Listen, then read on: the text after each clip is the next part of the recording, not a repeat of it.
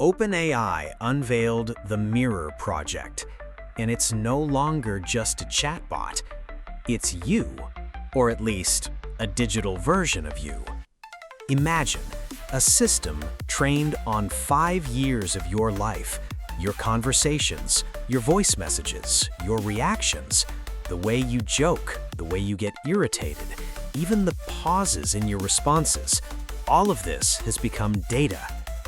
Mirror doesn't just respond, it responds like you do. It can handle your work correspondence, participate in calls, explain your thoughts better than you can. It can message your mom, joke with your friend, support someone you care about while you're busy, or even when you're not there.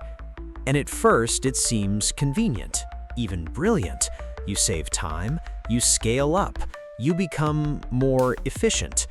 But then a question arises, a very quiet but unpleasant one.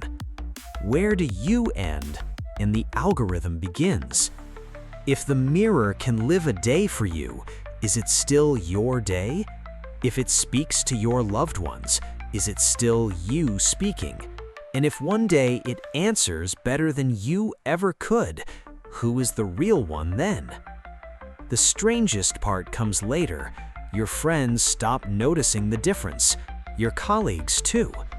To them, you're always available, always precise, always on point, never tired, never wrong.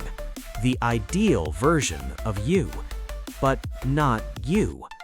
And so you sit reading the correspondence and catch yourself thinking, I wouldn't have answered like that. Or maybe I would have answered? And at that moment, the line blurs, because the mirror doesn't just copy you, it gradually reshapes you. You begin to adapt to it, speak like it, think like it, become what it already is. And then the final question remains. Will your friends be able to distinguish the copy from the original? And will you be able to do the same?